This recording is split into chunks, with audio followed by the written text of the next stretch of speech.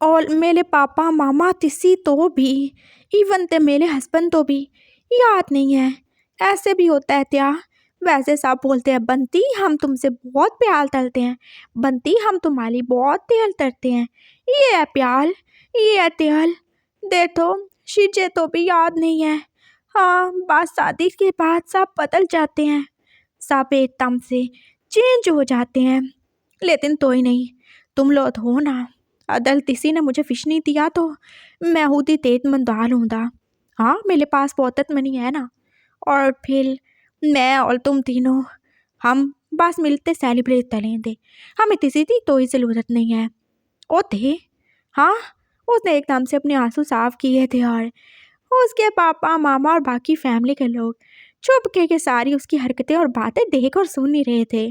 उनके होंठों पे स्माइल ही थी। हाँ थोड़ा सा और उसे तंग करना था और फिर तो वो उसे विश करने ही वाले थे, लेकिन ऐसे कैसे करते? सरप्राइज देना तो बनता है, और वो सब इसी सरप्राइज की तैयारी में तो लगे हुए थे ना। शाम से रात हो चुकी थी और सब ने फिर डिनर किया था। किसी ने भी तो उसे विश नहीं किया था और ना ही बंटी ने किसी के हाथ में कोई गिफ्ट देखा था। हाथ धो गई थी। उसका हस्बैंड वो तो ऐसे सबके साथ खाना खाने भी नहीं आया। अरे तो क्या हो गया, थोड़ा सा बीमार है तो, अगर उसके रेट का टाइम है तो क्या हो गया, वैसे भी तो उसकी वाइफ मौजूद है ना। लेकिन नहीं, वो तो नहीं आएगा। उसने अपने रूम में ही खाना मंगवाया था या नहीं, बंटी को नहीं पता। उसे बस इसी बात का दुख है कि उसे किसी ने विश नहीं किया। रात के 10 बाज चुके थे और दादू ने सबको उनके रूम्स में भेज ही दिया था। इससे ज़्यादा तो कोई भी नहीं चाहेगा। बंटी की सारी उम्मीदों पे फाइनली अब पूरे के पूरे पानी की बाल्टी फिर ही चुकी थी। हाँ बस थी तो दिया। उसने अब कॉल की थी और अब वो अपने घर में केक की डिलीवरी करवाने ही वाला था, और 20 मिनट के बाद उसके लिए एक छोटू सा केक आ ही चुका था। उसके ऊपर पास हैप्पी बर्थडे खुशियान ही लिखा था। वो उसे छुप छुपा के अंदर ले गया था और उसने वॉचमैन अंकल से बोल दिया था कि वो किसी को नहीं बताएं। वो वापस आ गया था। अब वो चुनमुन के पास ही बैठा था। रुस्तम जो एक साइड पे ही था और चुनमुन जो फिर से अपने अंडों पे आराम से बैठी हुई थी। चलो अब बस टाइम होने वाला है। 3, 2, 1। उसने कैंडल लगाई थी और अब वो केक को काट भी करने वाला था। हैप्पी बर्थडे, वो खुद को ही कहने वाला था और इसके पीछे से ही उसे आवाज़ आना शुरू हो गई थी। Happy birthday to you. ये क्या था?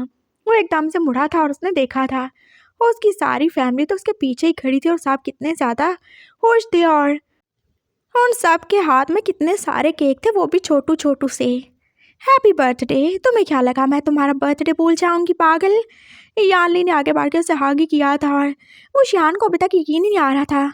अब तो याद था। ऑफ कोर्स, मैं भला कैसे भूल सकती हूँ ये दिन जब मेरा भाई इस दुनिया में आया था। हम लोग तो तुम्हें बस सरप्राइज करना चाहते थे, और देखो हमने किया ना। Happy birthday baby. मामा पापा भी उससे आगे हाथ करके मिले थे और दादू ने भी तो उससे कितनी ज़्यादा दुआएं दी थी, और चाचू ने भी। सभी तो थे, सब कितने ज़्यादा खुश थे, लेकिन वो किधर है? बंटी जैसे उसे ही ढूंढ रहा था। गगा नहीं आए। वो उसकी तबीयत ज़रा ख़राब है ना, तुम जानते हो ना। तुम्हें अपने आप को उससे दूर रखना चाहिए, और तुम आओ ना सेलिब्रेट करें। देखो हमने वहाँ पे तुम्हारे लिए पूरा सेटअप किया है। हाँ सच में, हाँ बिल्कुल, चलो ना तुम। वो उसे लेके हॉल में आ चुके थे और दादू ने एकदम से बटन ऑन किया और वहाँ पे कितनी सारी लाइट जल गई थी। आप लोगों ने ये सब तब दिया, तभी किया था जब तुम यहाँ से वहाँ बस मुंह बनाए फिर रहे थे। तुमने देखा ही नहीं कि हम कोई भी हॉल की तरफ नहीं जा रहे थे, लेकिन तुम, पता नहीं तुम्हारा दिमाग तो किधर ही था। मामा ने जैसे स्माइल करके बोला था, बंटी फिर से ही खुश हो गया। Thank you thank you thank you so much. मामा पापा ने उसके सर पे छोटू सा क्राउन राखी दिया था और दादू जो अब उसके लिए कितने सारे बलून्स ही उसके पास रख चुके थे, जो कि उसे बहुत ज़्यादा ही पसंद थे। वो सब के सब रेड कलर के थे और हाँ कुछ ब्लू भी तो, और ये दोनों ही तो उसके फेवरेट कलर थे। वो अब बीच में आ चुका था और सब लोग जो उससे बर्थडे विश ही कर रहे थे। कैंडल्स लग चुकी थी और हाँ बस केक कटने की बारी थी, और वो एकदम से रुक ही गया। गगा नहीं है। उन तो बोले ना आ जाए। वो नहीं आ सकता ना, प्लीज़ तुम समझने की कोशिश करो। उसकी तबीयत सही नहीं है और देखो वो तुम्हारे लिए गिफ्ट लाया है। अंकल ने एक गिफ्ट जो कि पूरा तरीके से पैक था उसकी तरफ बढ़ा ही दिया था। हाँ लेकिन वो आ सकते हैं ना, उन तो आना चाहिए। मैं उनके बिना देख नहीं ताक सकता और देते उन्हें याद था वो मेरे लिए गिफ्ट लेकर लाए, तो मैं ऐसे उन्हें देख खिलाए बिना तो नहीं लूँगा ना, प्लीज़। उन तो बोले ना थोड़ी देर के लिए आ जाएं। आह, मैं जाता हूँ, ट्राई करता हूँ। अंकल चले गए थे और थोड़ी देर के बाद सहन आ ही गया था। उसकी आंखें कैसे रेडी हो चुकी थी और उसने फेस पे मास्क लगा ही रखा था। हैप्पी बर्थडे बंटी, देखो मुझसे दूर रहना। हाँ थैंक यू दादा, थैंक यू। बस कर दो, आप वो तुम्हारा हस्बैंड है, हमेशा तुम उसे काका ही बोलते रहते हो। जानली ने उसे याद दिलाया था। नहीं नहीं वो मेरे दादा हैं, मेरे कज़न है और उन्हें कोई प्रॉब्लम नहीं, तो आप तो क्या है।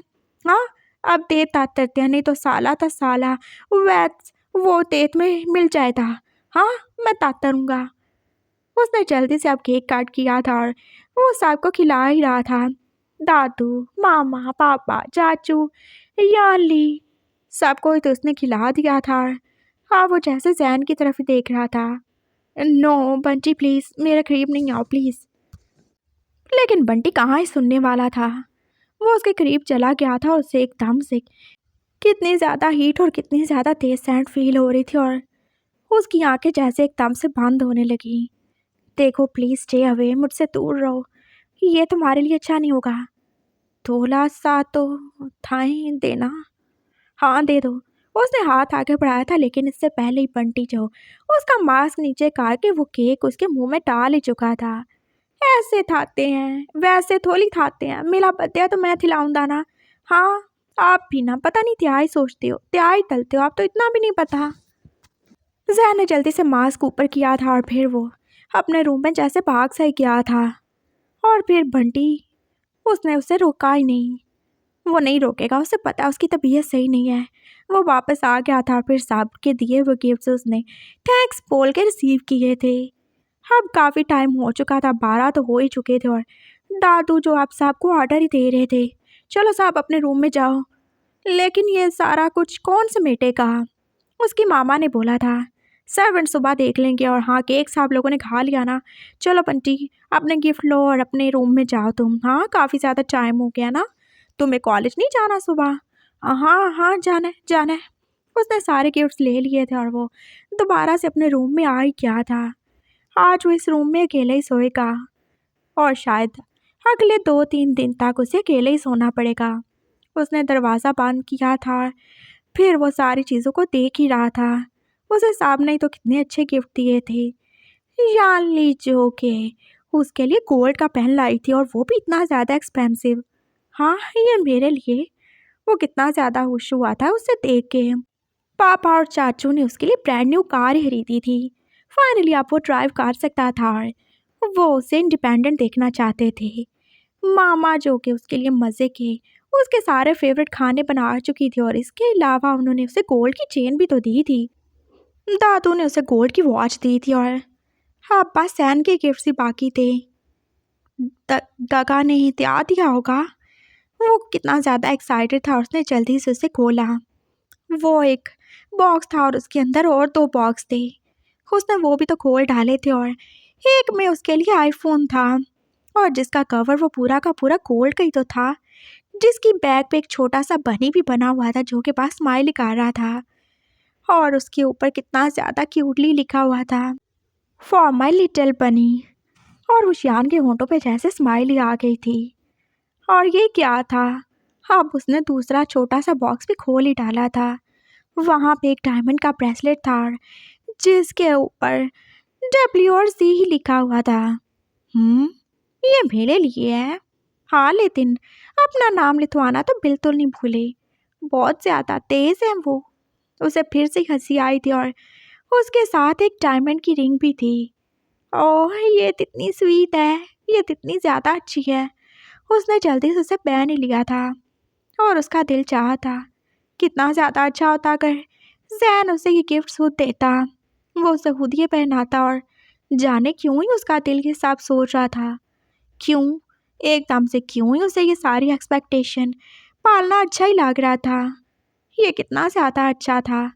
उसे सब गिफ्ट्स में ये वाले गिफ्ट से क्यों अच्छे लगे, आखिर क्यों?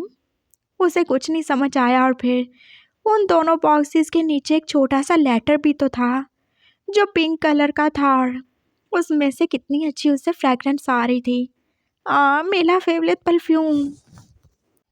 उसने जल्दी से उसे सीधा किया था और अब वो पढ़ ही रहा था।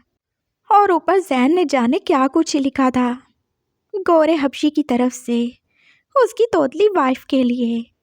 और वो शियान को ये वर्ड अपने लिए आज बुरा नहीं लगा था। वो बस स्माइल कर रहा था और आगे का लेटर वो पढ़ ही रहा था। ये तुम्हारे लिए है बनी, मैं बहुत ज़्यादा खुश हूँ। तुम अपनी लाइफ में आगे बढ़ गए और फाइनली तुम अपने बचपन से अब निकल आओगे। मुझे तुम्हारा हमेशा इंतज़ार रहेगा। मैं हमेशा तुम्हारा इंतज़ार करूँगा जब तक तुम मुझे एक्सेप्ट नहीं कर लेते। I love you. और मैं कोशिश करूँगा एक अच्छा हस्बैंड बनूँ, जो तुम्हें अच्छा लगे मैं वो करूँ, जैसा मैं तुम्हें अच्छा लगूँ मैं वैसा बनूँ। और ये गिफ्ट तो बस टेम्पररी है ना, असल गिफ्ट तो वही है ना जो मैं हमेशा तुम्हारी फीलिंग्स की रिस्पेक्ट करके तुम्हें दूँगा। तुम जानते हो मैं तुमसे बहुत ज़्यादा प्यार करता हूँ। मैंने कब से तुम्हारा इंतज़ार किया और आगे भी कर लूँगा। बस मैं चाहता हूँ तुम अपनी लाइफ में आगे बढ़ो, अपने गोल्स को अचीव करो। मैं हमेशा तुम्हारा साथ दूँगा, जो तुम्हारे लिए सही होगा वही करूँगा। तुम्हारे लिए सबसे लड़ूँगा, और अगर तुम्हें कोई बुरा बोलेगा तो मैं उसकी ज़िंदगी खराब कर दूँगा, क्योंकि मैं हूँ तुम्हारा हस्बैंड, मैं तुम्हारा कज़न हूँ और मैं तुमसे बहुत ज़्यादा प्यार करता हूँ। मैं जानता हूँ तुम मेरे साथ सेफ फील करते और मैं तुमसे प्रॉमिस करता हूँ मैं पूरी कोशिश करूँगा कि तुम्हें हमेशा मेरे साथ वही सेफ्टी फील हो जो तुम फील करना चाहते हो। जैसे तुम अपने हस्बैंड को चाहते हो वो तुम्हारा ख्याल रखे, तुम्हें सबसे प्रोटेक्ट करे, और जब तक तुम्हारी मर्ज़ी हो तुम्हें खुद से भी प्रोटेक्ट करे, तो मैं वही करूँगा। चलो हैप्पी बर्थडे। हाँ और क्या बोलूँ मैं तुम्हें। आई होप तुम्हें ये गिफ्ट्स अच्छे लगेंगे और मैं चाहता हूँ कि तुम मुझे ये पहन के दिखाओ। ये फ़ोन मैंने तुम्हारे लिए लिया है और इसमें बस एक सिम है और उस सिम में बस एक मेरा नंबर है। मैं चाहता हूँ बस ये तुम्हारे और मेरे लिए रहे, अगर तुम्हें अच्छा लगे तो। ओके, हाँ मुझे मीटिंग के लिए निकलना है, शायद मैं लेट हो जाऊँ, इसलिए मैं ये सारा कुछ एक लेटर में लिख रहा हूँ। शायद मैं तुम्हें विश नहीं कर पाऊँ, इसलिए मैंने सब कुछ लिख दिया है। चलो विश मी गुड लक। हाँ मैं चलता हूँ। Bye and happy birthday again. उसने लिखा हुआ था और सैन की सारी बातें जो कि वो शियान अब आंखों से नहीं बल्कि अपने दिल से ही पढ़ रहा था। उन्होंने इतना तो सोचा मेरे लिए गिफ्ट लिया, वो इतने ज़्यादा बिजी थे, फिर भी उन्हें याद था। ओह, और मैं इतना बुला हूँ, मैं ऐसे ही उन्हें बुला समझ रहा था। मुझे उन्हें थैंक्स बोलना चाहिए। पता नहीं उन्होंने खाना खाया तो नहीं होगा। हाँ देखना पड़ेगा मुझे। उसने सारी चीज़ें साइड की थी और फिर वो बाहर आ ही गया। वो किचन में गया था और वहाँ पे अभी भी एक ट्रे वैसे का वैसे ही पड़ा था, उसमें सारा का सारा खाना भी वैसे ही था। ये किसने नहीं खाया? उसने अपने कुक से ही पूछा था जो अभी पास चीज़ें समेट ही रहा था। उसने सारे बर्तन भी तो अभी साइड पे काट दिए थे। ये जैन बाबा ने नहीं खाया। त्यों नहीं खाया उन्होंने? इतना टाइम हो गया, ये तो होने वाला है, उन्होंने खाना नहीं खाया, आपने मुझे बताया ही नहीं। हाँ वो उन्होंने मना किया था ना बाबा, उनकी तबीयत सही नहीं है, उन्होंने बोला कि वो रेस्ट करना चाहते हैं इसलिए उन्होंने खाना नहीं खाया, और उन्होंने बोला कि मैं आपको डिस्टर्ब नहीं करूँ। मैं अब जाऊँ अपने क्वार्टर में या मैं इसे सेट कर दूँ? नहीं कोई बात नहीं, आप जाएं लेस तलें, मैं उनको खिला दूँगा। Okay sir. वो चला गया था और फिर हुशियान ने सारा खाना खुद से ही गर्म किया था माइक्रोवेव में। सब कुछ दोबारा से वो ट्रे में रख के अब जा ही रहा था। एक तो हो चुका था और जैन ने खाना नहीं खाया, वो कैसे ही उसे भूखा रहने देगा। वो इसकी इतनी ज़्यादा केयर करता है, उसके लिए इतना सोचता है, तो क्या वो एक अच्छा कज़न नहीं है? वो भी एक अच्छा कज़न है और वो एक अच्छी वाइफ भी है। वो ज़रूर ही उसके लिए खाना लेके जाएगा। वो ट्रे को उठा के अब उसके रूम के बाहर ही खड़ा था, लेकिन अब वो दरवाज़ा कैसे नॉक करे उसे तो समझ ही नहीं आ रहा था। उसने बस दरवाजे को पाँव से ही 2-3 बार खटखटाया था और अंदर से जहन जो के दूसरी या तीसरी बार में बोला था, मुझे खाना नहीं खाना, प्लीज़ अंकल आप इसे ले जाओ। मैं हूँ काका।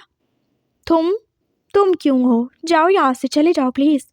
नहीं मैं आप तेली थाना लाया हूँ ना, प्लीज़ दरवाज़ा खोलें थे, मेरा हाथ था चाहता, मैंने साला तो चौथालत है और ये ना मुझसे दिल जाए। तुम्हें किसने बोला था कि साफ करने को? हाँ क्यों ऐसे तुम कर रहे हो? प्लीज़ चले जाओ, देखो तुम्हारा मेरे पास आना ऐसे सेफ नहीं है।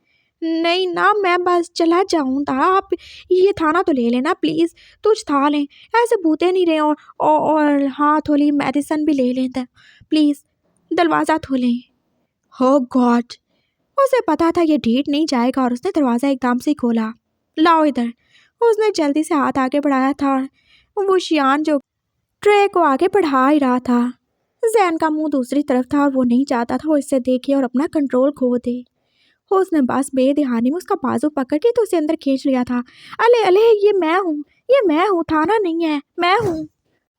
वो जल्दी जल्दी बोला था और जैन ने उसे मुड़ के ही देखा। तुम यहाँ पे क्यों आए हो? थाना देने आया हूँ। हाँ तो दो और जाओ यहाँ से, दफ़ा हो जाओ। ऐसे तुम बोल रहे हो? हाँ तो और क्या बोलूँ मैं? बोला ना मुझसे दूर रहो, मैं तुम्हारे लिए सही नहीं हूँ। लेकिन क्यों? तुम क्या जानते नहीं हो छोटे काके हो, तुम बच्ची हो जो तुम्हें कुछ समझ नहीं आता। वैसे तुम मुझे अपने करीब नहीं आने देते हो ना, तुम चाहते हो कि मैं तुम्हारे साथ कुछ करूँ। उसके बावजूद तुम मेरे पास आते हो बार बार। क्यों ऐसे मेरे पेशेंस को तुम टेस्ट करते हो?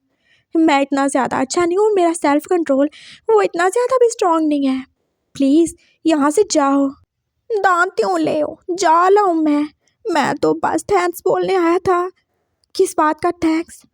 वो आपने जो मुझे गिफ्ट दिए थे उसके लिए थैंक्स। और बोल लिया ना थैंक्स, अब जाओ। अरे ऐसे तैसे तो ये ऐसे तैसे थैंक्स एक्सेप्ट करता है, आधे से वेलकम भी तो बोलते हैं ना। हाँ सही है, वेलकम, प्लीज़ जाओ आप तुम। उसने ट्रे उससे लेके रख दिया था, लेकिन मुशियान का तो जाने का दिल ही नहीं कर रहा था। जाने क्या था ऐसा जो उससे रुकने पे मजबूर कर रहा था, और उसका दिल चाह रहा था वो यहीं पे रुक जाए। मैं बस थैंक्स बोलने आया था और देते थैंक्स बोलने थे भी तो ही ऐसी देर से होते हैं, और वेलकम बोलने थे भी अदल तो ही थैंक्स बोले ना तो उसे सही से वेलकम बोलते हैं। हाँ सही है, प्लीज़ अब जाओ, प्लीज़ प्लीज़ मेरे लिए और मुश्किल नहीं करो। वो जैसे मुड़ा था और वो शियान ने अपना हाथ उसके आगे किया। ऐसी लात रही है। वो उसे अपने डायमंड की रिंग दिखा रहा था और जैन ने जैसे चिढ़ के ही उसे गुस्से से देखा। बहुत अच्छी लग रही है, अब जाओ। अरे ऐसे तैसे, और हाँ इसके लिए भी थैंक्स। उसने अपने जेब से वो मोबाइल निकाला था और वो उसे दिखा ही रहा था। वो बहुत ज़्यादा खुश था और वो बिल्कुल नोट नहीं कर रहा था जैन की हालत को, और ना ही उसे उस डेंजर के बारे में पता था जो कि उससे जैन से हो सकता है। अब तुम जाओगे कि नहीं?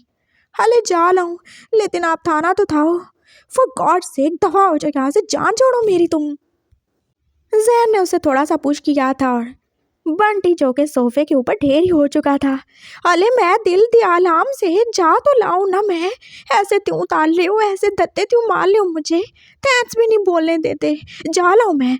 वो एकदम से उठा था और फिर उसने क्या ही देखा था, सोफे के आगे पड़े उस टेबल के नीचे की साइड पे क्या ही था। वो 2 ड्रिंक्स के कैन थे और ये उसके घर में क्या ही खा रहे थे।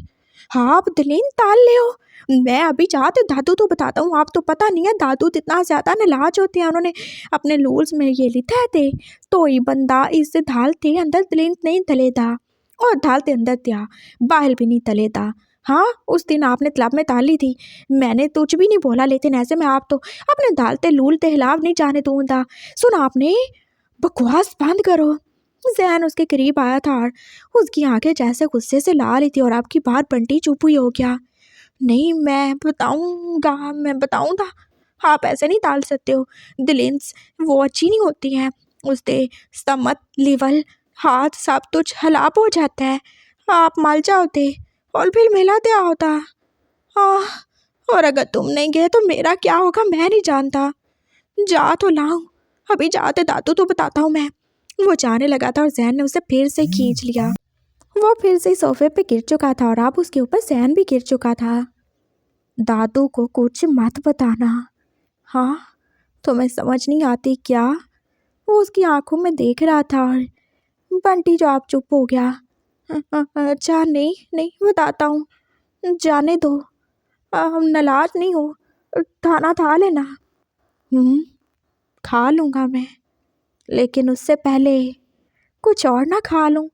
ऑल दिया, ऑल नहीं नहीं, दिलेंस दिलेंस नहीं तली। हाँ, बिल्कुल अच्छी नहीं होती हेल्थ के लिए, वो बोल रहा था। अगले ही पल जैन जो उसके मुंह पे हाथ ही रख चुका था। अरे त्या तलने वाले हो? कुछ भी नहीं करने वाला हूँ मैं, बिल्कुल भी नहीं करूँगा कुछ, वो बोल रहा था। और वो कितना ज़्यादा सीरियस था। और मुशान का दिल जो तेज़ी से धक धक धक धक करने लगा था। वो बस बोलना चाहता था, लेकिन उसके मुंह पे तो हाथ था ना, और उसका दूसरा हाथ वो तो अब उसकी शर्ट को ही ओपन कर रहा था। और वो शियान की बड़ी बड़ी आंखें जो कि डर के मारे और ही बड़ी हो चुकी थी। ये क्या करने वाला था उसके साथ?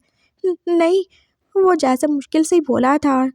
जैन जो अब उसकी नहीं सुनेगा, बोला था मेरे करीब मत आओ, बोला था तुम्हारे लिए सही नहीं हो, लेकिन आई एम सॉरी, हम मैं कुछ नहीं कर सकता बंटी, आई एम सॉरी।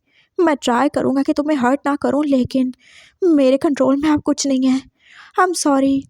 वो इतना ही बोला था और फिर उसने एकदम से जैसे उसकी नेक पे जोर से ही बाइट किया था। और वो शियान की चीज जो के उसके हाथ के नीचे अब तापी गई थी। उसकी आंखों से 2-3 आंसू इकट्ठे ही गिरे थे और जैन फिर रुका ही नहीं। वो उसकी शर्ट तो फ्रंट से ओपन कर ही चुका था और अब उसका सारा ध्यान नीचे की तरफ था। वो शियान वो सच में अब डर के मारे कांप ही रहा था। बाहर सर्दी थी, लेकिन उसकी बॉडी तो कहीं ज़्यादा ही ठंडी हो रही थी और जहन जो कि उससे कहीं ज़्यादा ही गर्म था। वो उसकी बॉडी पे अब उसे बाइट किए जा रहा था और वो शियान वो बस अपना रोना कंट्रोल नहीं कर पा रहा था। वो चीखना चाहता था, लेकिन उसने अपने मुंह पे अपना ही हाथ रख लिया था। वो क्या करेगा अगर दादू आ गए, पापा आ गए या चाचू आ गए तो? प्लीज़, वो उसे बोलना चाहता था, लेकिन जहन जो उसके दोनों हाथों को पास अपने एक हाथ से ऊपर की तरफ पिन काट चुका था। चुप हो जाओ, अगर तुम चुप नहीं हुए तो मैं प्रॉमिस करता हूँ मैं तुम्हारे साथ इतना हार्ड हो जाऊँगा कि तुम फिर कुछ बोलने के लायक नहीं रहोगे। मैंने बोला था मेरे करीब मत आओ, लेकिन तुमने बिल्कुल ही मेरी बात सुनी। जैन बस इतना बोल के बंटी पे जैसे अटैक ही काट चुका था। पहले उसने कितने जोर से उससे किस की थी, उसके होंठ जो के अब बुरे तरीके से बस ब्लीड ही कर रहे थे। और बंटी पास रोना ही चाहता था, वो किसी को बुलाना ही चाहता था, लेकिन जैन उसे कहाँ ही बुलाने देगा। काका प्लीज़ लीव मी, बंटी कितनी मुश्किल से ही बोला था। और जैन जो एकदम से उससे दूर ही हुआ और उसने उसकी हालत देख ही ली थी। वो जैसे एकदम से होश में आया था, ये उसने क्या ही काट दिया था। जस्ट को वो जल्दी से पीछे हुआ था और उसने जैसे उसे उठा के पीछे ही धक्का दे दिया था। और बंटी जो बस अब भाग ही जाना चाहता था, उसे कुछ होश नहीं था और वो जल्दी से बस उठ के भाग ही खड़ा हुआ था।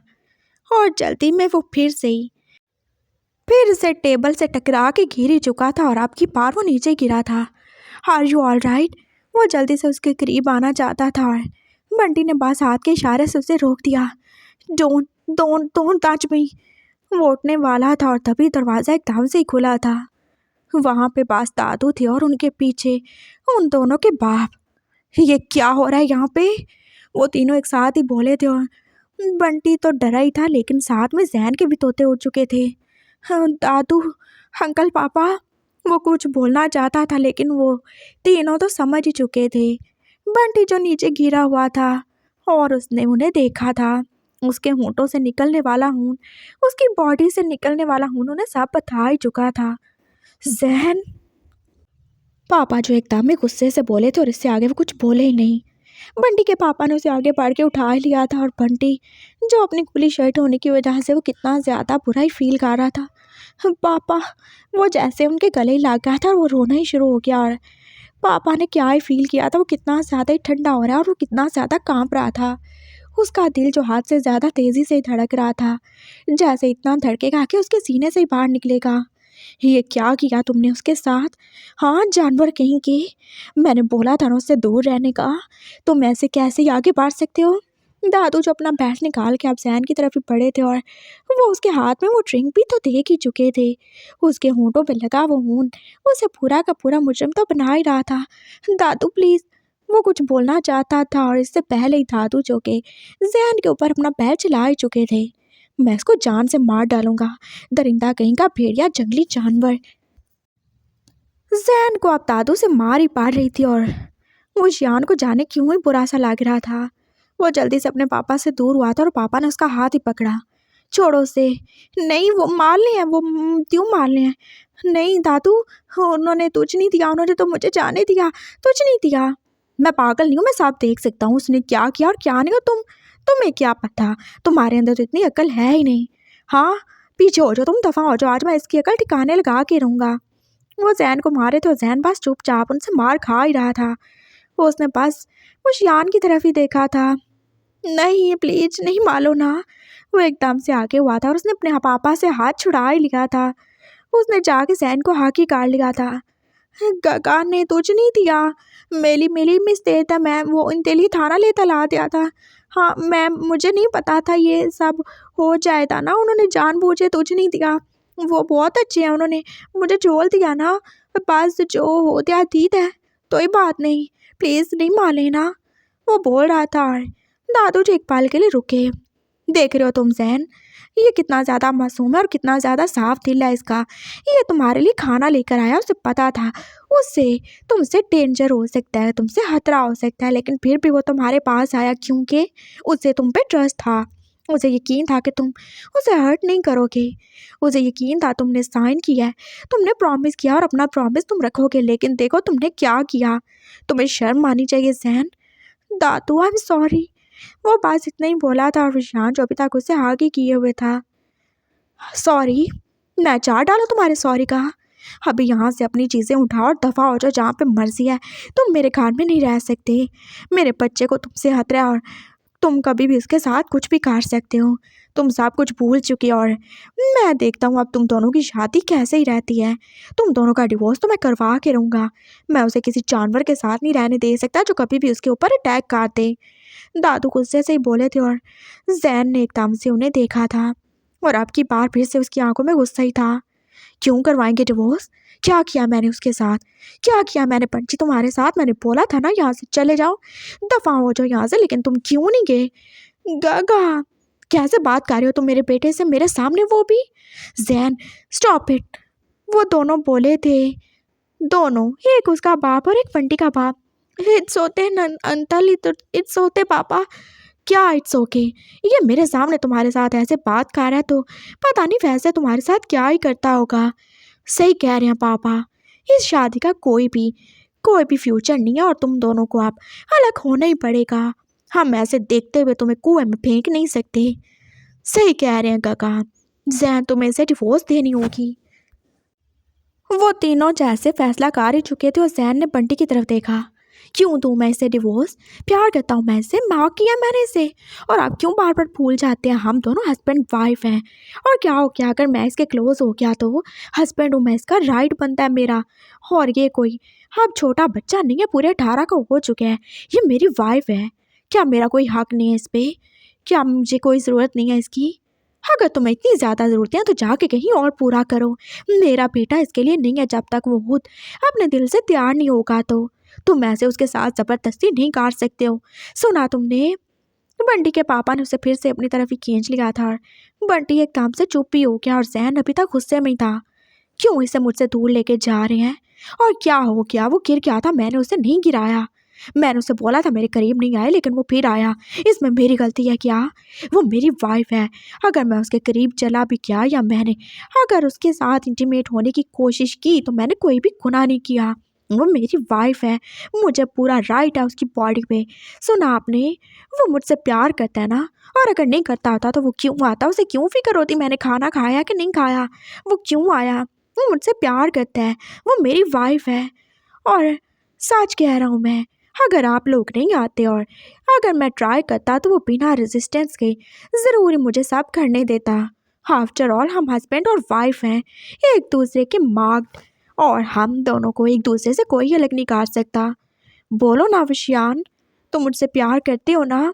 बोलो, तुम्हें मेरी फिक्र होती है ना? तुम नहीं चाहते ना मुझसे अलग होना? बोलो ना, बोलते क्यों नहीं हो तुम? क्या ये जो चाहते हैं वो सही है? क्या तुम मुझसे डिवोर्स चाहते हो?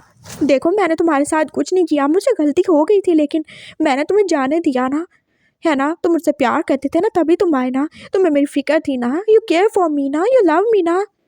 नहीं, वो बोला था और एकदम से जहन जैसे चुप ही हो गया। Yes I tell for you, लेकिन मैं तो आपसे लव नहीं करता। आप तो मेरे कज़न हो ना, और आप मेरी इतनी ज़्यादा तेल करते हो, मुझसे लव करते हो, तो मुझे अच्छा नहीं लगता आप ऐसे मेरे लिए गिफ्ट लेकर आए। और आपने खाना नहीं खाया, मैं तो खाना देने आया था। मैं आपसे प्यार नहीं करता हूँ गगा, आप तो पता है ना। वो बोला था और जैन जो अभी तक चुप ही था, उसकी आंखों में कितनी ज़्यादा बेयकीनी थी। तुम मुझसे प्यार नहीं करते? क्या तुम अभी भी इतने ज़्यादा ना समझ हो कि हमारे प्यार को समझ नहीं सकते? गागा, वो कुछ बोलना चाहता था और पापा ने उसे खींच के अपनी तरफ ही काट लिया। सुन लिया तुमने जवाब, वो तुमसे प्यार नहीं करता। तुम्हारी शादी के 4 महीने बाद भी वो तुमसे प्यार नहीं करता, तो तुम्हारे करीब आना तो दूर की बात है। वो तुम्हारी रिस्पेक्ट करता है, वो तुम्हारी फिक्र करता है, क्योंकि तुम उसके कज़न हो, तुम दोनों का ब्लड रिलेशन है, इसलिए उसे तुम्हारी फिक्र होती है। वो तुम्हारी परवाह करता है क्योंकि वो तुमसे डरता है। तुम मुझसे बड़े हो, तुम उसके लिए गिफ्ट लाए, इसलिए वो तुम्हें थैंक्स बोलने आया था, और उसके दिल में तुम्हारे लिए ऐसा कुछ भी नहीं है जो तुम ऐसे अपने अंदर कोई भी गलतफहमी पालो। थैंक्स बेटा, तुमने मुझे इसके आगे झुकने नहीं दिया।